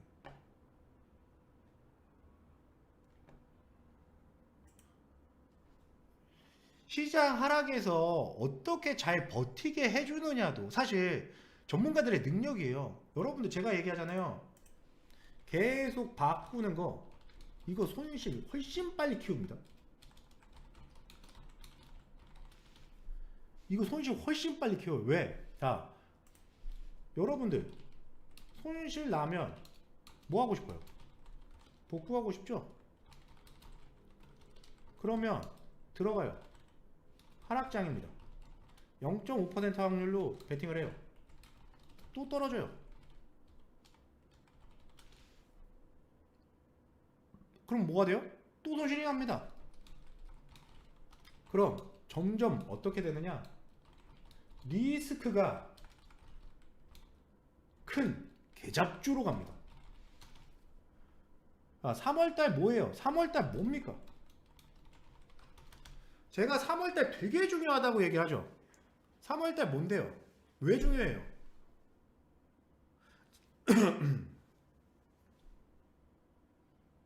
지금부터 급등주는 점점 피해야 돼요. 아니에요. 여러분들이 대선이라고 알고 있어. 대선이 3월달이구나. 상패 시즌이에요. 여러분들 3월달은 상패 시즌입니다. 대선이 껴있어서 여러분들이 대선으로 하는 거지, 주식 하시는 분들은 3월달은 상패 시즌이에요. 회계감사 시즌이라고. 잡주 샀다가 완전 골로 가는 시즌이라고요. 거래정지 시즌이란 말입니다. 10에서 15개 정도의 거래정지 종목이 나올 건데, 그럼 꼭 문의 옵니다. 아, 이거 어떡하죠? 뭐 어떡합니까? 제가 어떡해요? 이미 거래정지 났는데. 모르겠어요, 그거는. 저는 이 방에서 주식 상담은 안 해요. 알려드리는 거지, 전반적인 거를. 거래정지 시즌이기 때문에 지금부터 되게 중요해요. 조심해야 되고, 아무거나 막 갈아타다가는 체합니다. 아무거나 막 주워먹다가는 체해요, 지금은. 적어도 3월 넘어서 재무제표는 확인하고 투자해야 된다고. 딱 샀는데 4개년도 연속 적자야. 이거는 그냥 내 돈 다 가져가 주세요, 이 소리랑 같아요. 마이너스 딱 사자마자 마이너스 10% 맞았어. 4개년도 연속 적자야. 근데 안 팔아, 손실이라고. 이것도 내 돈 가져가 주십시오, 이 소리랑 똑같아요. 그럴 거면 절 주셔. 그거 살 거면. 제가 여기 있는 분들이랑 커피 한 잔 싹 다 돌려 커피나 먹게. 제가 막 이런 장난처럼 얘기하지만 굉장히 무서운 달이에요, 3월달은. 여러분들 주식하시는 분들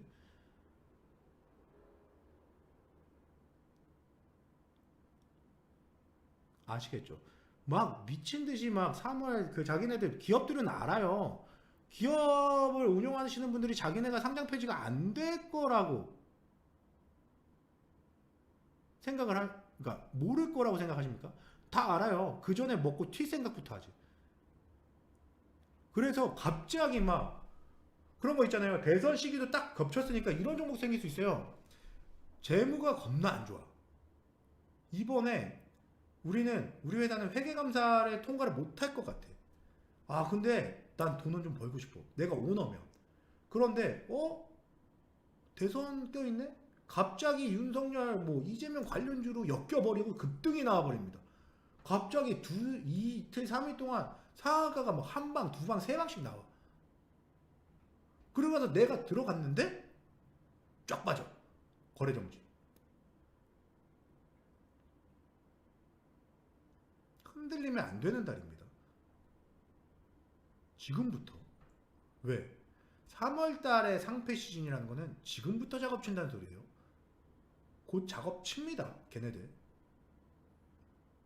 갑자기 이유 없이 말도 안 되게 테마에 형성돼서 급등하는 종목들은 사면 안 됩니다. 리스크가 너무 크니까. 아시겠죠? 자, 그리고 우리가 여러분들이 지금 걱정하는 게 뭐예요? 뭡니까?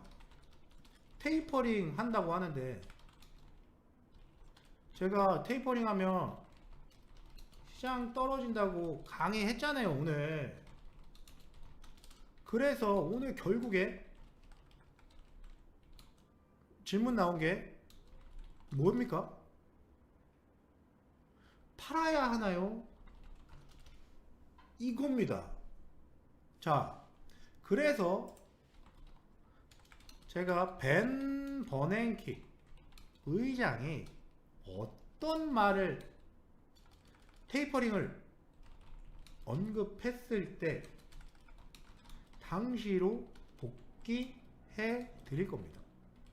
자, 주식은 등락으로 결정이 되고 떨어지면 오른다고 얘기를 했어요.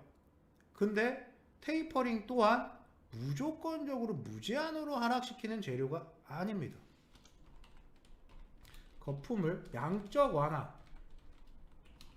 거품을 줄여가는 거지 양적 완화 이전으로 돌려가는 게 아니에요.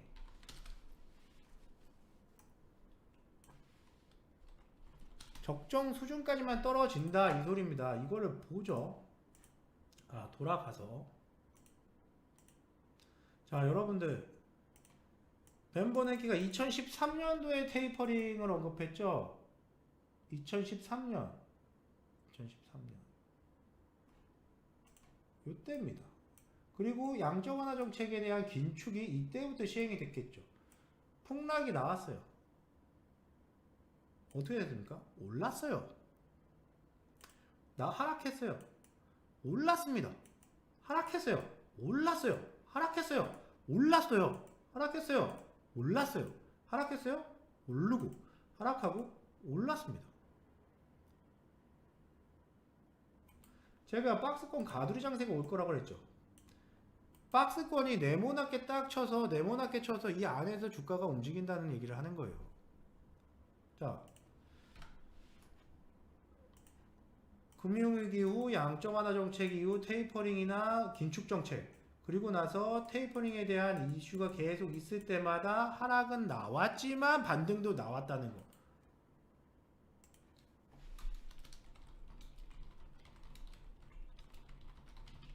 확인 가능하신 분, 확인되신 분, 일인목 주세요.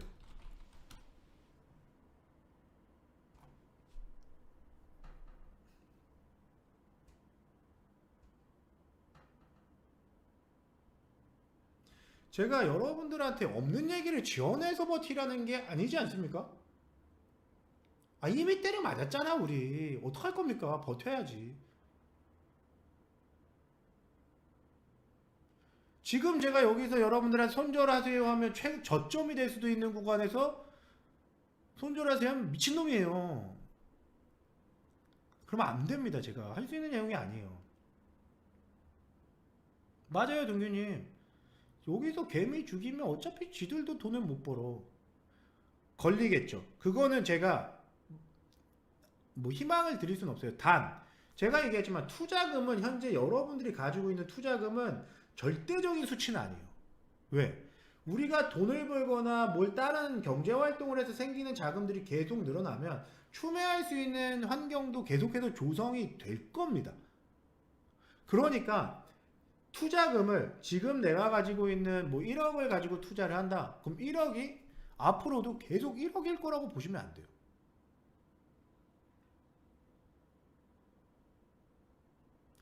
돈 놓고 돈 먹는 게임에서 돈을 더 넣으면 더 빠르게 살아나게 되는 건 어쩔 수 없는 겁니다. 재력의 차이가 승률의 차이도 갖고 올 수밖에 없어요. 왜? 버티는 마인드 자체가 다릅니다. 단 어찌됐든 여러분들은 제가 있기 때문에 저희가 있기 때문에 버티실 수 있을 거고 더 좋은 결과물을 만들 수 있게끔 저희가 할 거예요. 왜? 하락장에서 어려울 때 멘탈을 잡아줄 수 있는 사람은 제가 봤을 때 거의 없다라고 봅니다. 실질적으로 제가 항상 이제 직원분들이나 전문가분들하고 얘기하는 거지만 맨날 뭐 수익 어떻게 될 거다 이 얘기는 식상하지 않습니까? 제가 얘기하죠. 주식의 지읒자도 모르는 전문가 리딩자들이 너무 많아요. 제가 장담하는데 제 방송을 계속 보면서 들으시는 분들은 제가 이제 시크릿 강의 같은 거 하잖아요. 시크릿 강의만 해도 어찌됐든 전문가분들의 시황이나 이런 내용들이 눈에 들어온단 말입니다. 근데 정말로 시황도 복사 붙여넣기 하는 무료방들 진짜 많아요. 저는 거기서 질문 한마디 하면 강퇴당해요. 여러분들이 왜 지식을 올려야 되냐? 주식 경험을 쌓아놓고 방송을 들으면서 지식에 대한 수양을 해야 되는 이유가 뭐냐면 적어도 미친놈들한테 속지는 않아야 하니까.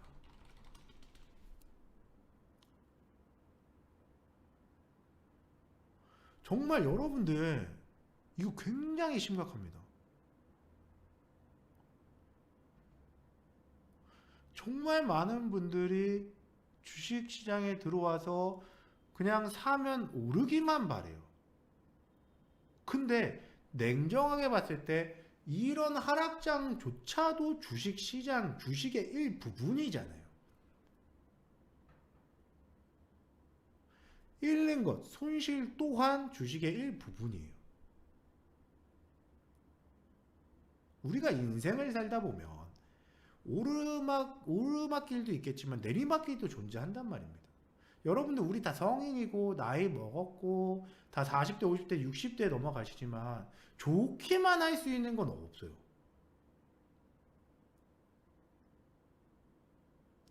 당연히 좋기만 했으면 좋겠죠. 저도 염원하죠. 하지만 어려움이 있어야 그런 뒤에 수익이 더 빛나는 거라고 생각을 하거든요. 그렇죠. 제가 2600포인트에서 2650포인트 오면 풀매수 땡기라고 했으니까. 근데 어찌됐든 마인드를 여러분들이 조금 유하게 가져주셨으면 해요. 왜? 지금 이 시장이 그지같은 시장이니까. 단 떨어진다고 포기를 해버리면 제가 뭐라 그랬어요? 항상 시장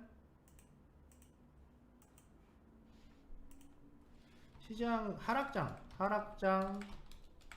폭락장은 항상 내가 죽기 직전까지가 아니고 정말 이러다 죽겠다 싶을 때 더 떨어진다.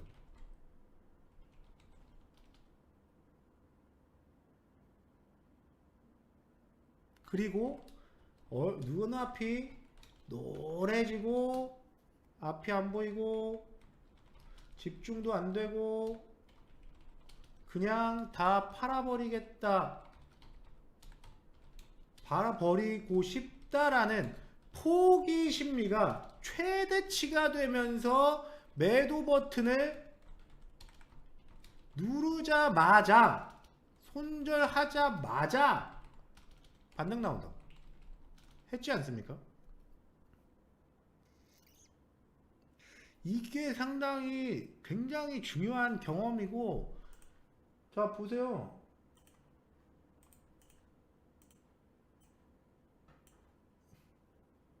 시장이 이렇게 됐어요.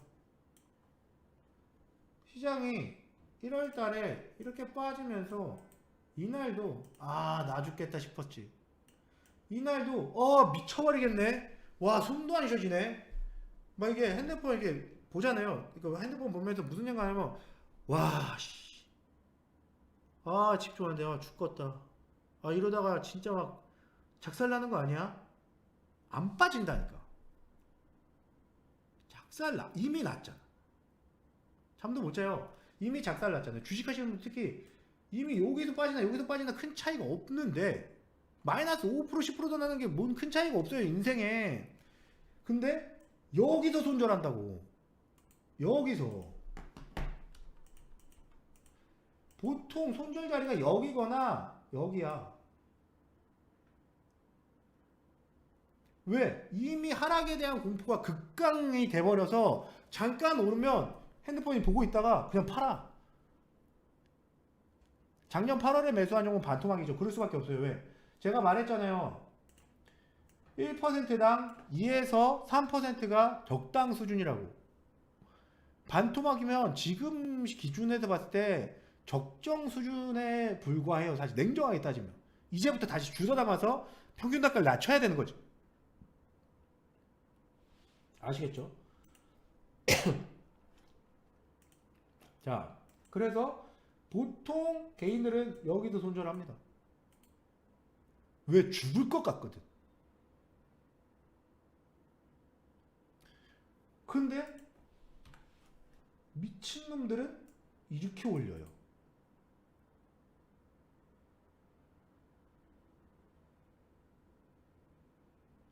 놀리는 것도 아니고 매번 이래요. 그래서 어차피 제 방송을 우리나라에 있는 개인 투자자 전부가 볼 이유는 없어요. 그렇기 때문에 여러분들은 여기서 뭘 해야 됩니까? 사라고. 제가 여기서 사라고 했습니까? 팔라고 했습니까?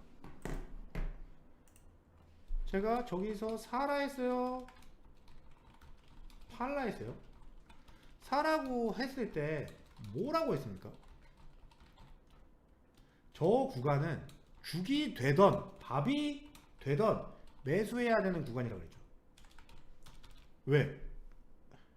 다 죽을 수 있는 구간을 만들려고 하면 저 구간이라고. 진짜 찐으로 여러분들한테 공포를 줄 수 있는 구간이 오려면 저 구간이 온다고. 사야죠. 사야 돼요. 왜? 시장은 다시 또 얘기하지만 여러분들 또 얘기하지만 시장은 어떻게 된다고요? 버틸 거라고. 지금 여기가 테이퍼링이라고.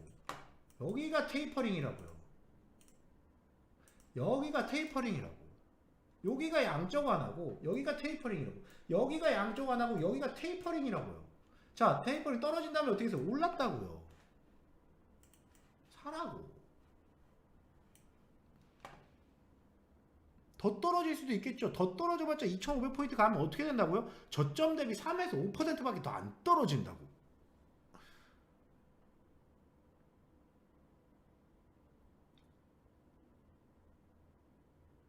아시겠습니까?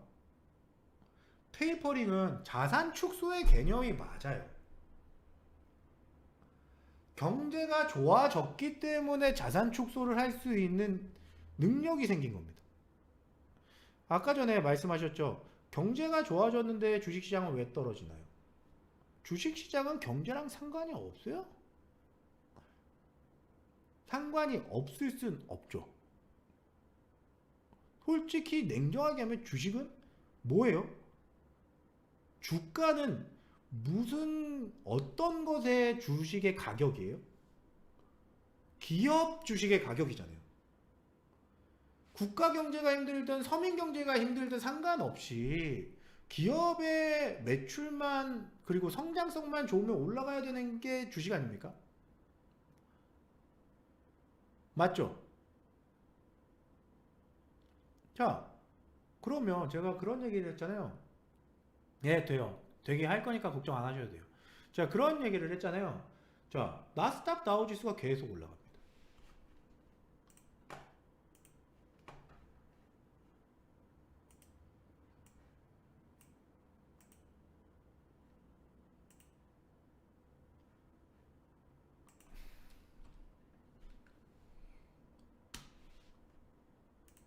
자, 나스닥 다우가 양적 완화 그 코로나 위기 이후 양적 완화 정책에서 이만큼이 올라간 다음에 요만큼 떨어진 거예요. 저는 얘네 때문에 걱정인 거예요. 근데 이거 막 미친 듯이 올라간 거 아니야? 얘네 계속 올라갔어요, 여러분들.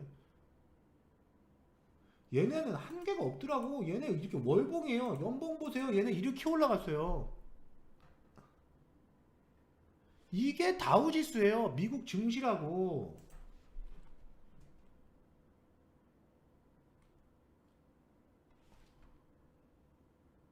아, 박스권 장세는 무조건 와요.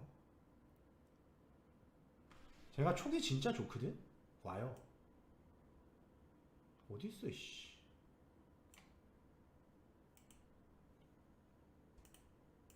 이거 나스닥이에요. 여러분들 계속 오르다가 여기 있죠. 진짜 죽을 뻔했던 코로나 때는 지금보다 더 지옥이었거든요. 코로나 그 대폭락장 때는 지금의 지옥은 지옥도 아니었단 말이에요. 그런데 문제는 뭐예요? 요만큼 하락하고 이만큼 올랐어요. 지금 보면 파랗고 어두운 상황일 수 있거든요. 그건 현재라고. 현재 기준에서 힘든 거고 미래 기준에서 힘들지 않지는 아무도 몰라요.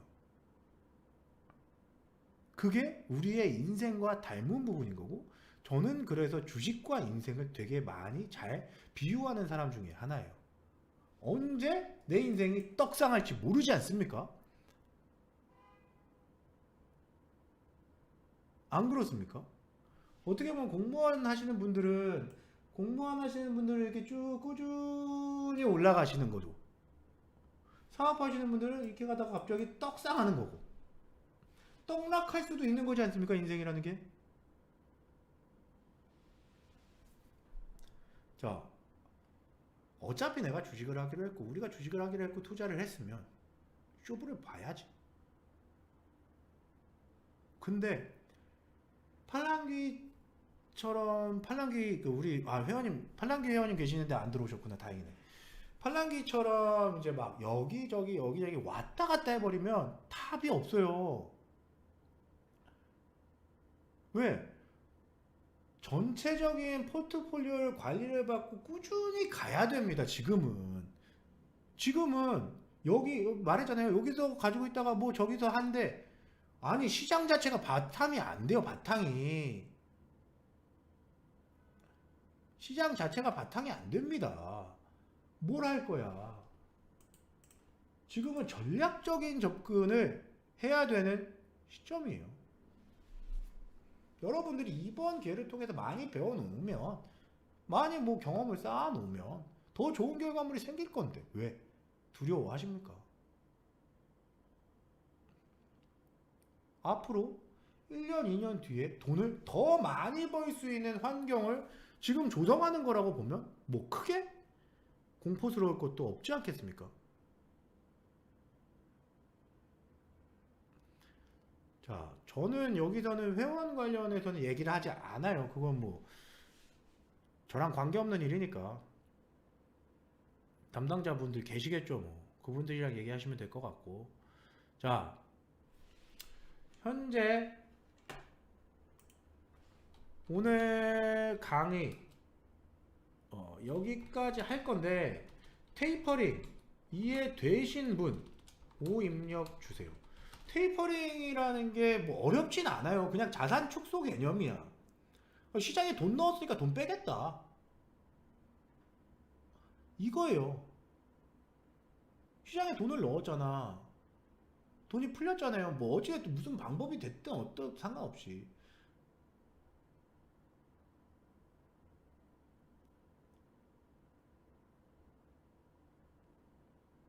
자, 다들 확인하신 거죠? 구독 안 누르신 분들 다 눌러주세요. 어제처럼 그제처럼 링크가 잘못 발송되는 경우 못 듣습니다. 제가 생각보다도 기계치라서 이게 안 돼요. 그 구독은 왜 이런 거 있잖아요. 버튼 이거 이 손가락 버튼 이거 누르시면 구독이에요. 아, 이거 좋아요구나. 좋아요. 구독은 구독이라고 써있어요. 구독.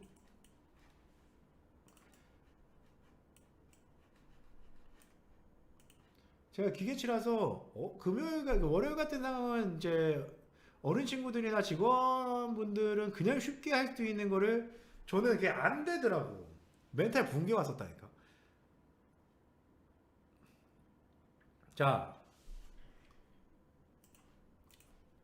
자, 오늘 강의 만족하셨다. 대만족이라고 입력 채팅방에 쫙 다 해주시면 될 것 같습니다. 내일은 또 더 키울게요. 이게 어떻게 키워야 되는지 모르겠어요. 이게 마이크 볼륨이 맞는지를 모르겠어요. 지금도 좀 올렸거든요. 아니, 이 유튜브 방송 말고요. 카톡방이나 이런 쪽에. 그리고 최민 회원님 오늘 후원 감사합니다.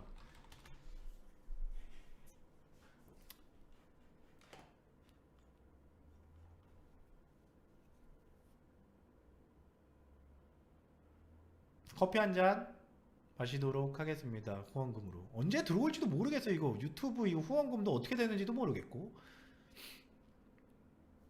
어떻게 받는지도 모르겠어. 후원은 오는데 가끔씩 이제 10,000원, 20,000원 이렇게 챙겨들 주시는데 이거 어떻게 받는지도 모르겠어요. 그래서 언젠간 되겠죠. 저는 그런 얘기 안 해요. 영진님 전문가분들 계시잖아요. 전문가분. 그러니까 저 각 방마다 전문가분들 계시고 하니까 그렇게 가는 거고 저는 이제 방송이나 이런 쪽에서 여러분들 지식 수준 여러분들 주린이 탈피시키는 게 제가 제일 큰 목적이에요.